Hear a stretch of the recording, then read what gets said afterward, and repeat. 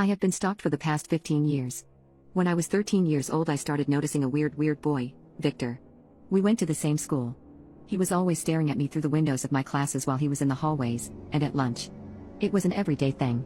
The girls in my class started saying that Victor had a crush on me, which creeped the hell out of me because he was 18. I was creeped out but still didn't care, as long as he didn't approach me or anything.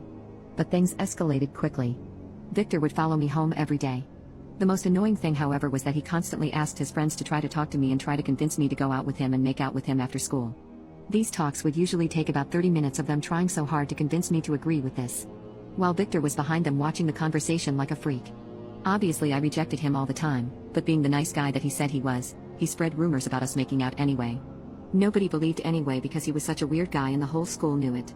The final straw was when our school had a trip to a book fair. I was super excited. At this point I had made a couple of friends.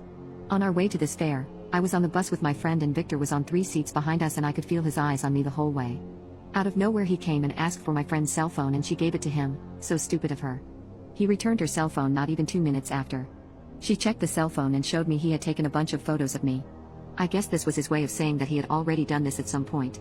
She got heated and went to go talk to him. When she returned she said the creepiest thing I've heard in my life.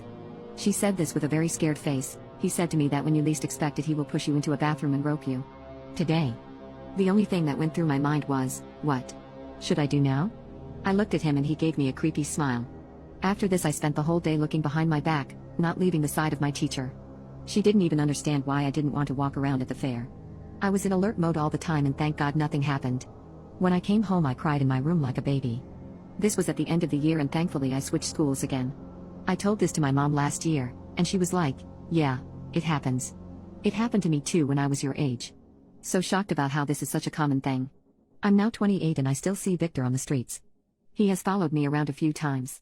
I always walk in circles until I lose him, but sometimes he waits for me outside the stores or restaurants. I think about what would have happened to me in the book fair if I didn't have my teacher next to me the whole time. And I wondered if one day he'll do something or just keep this creepy behavior.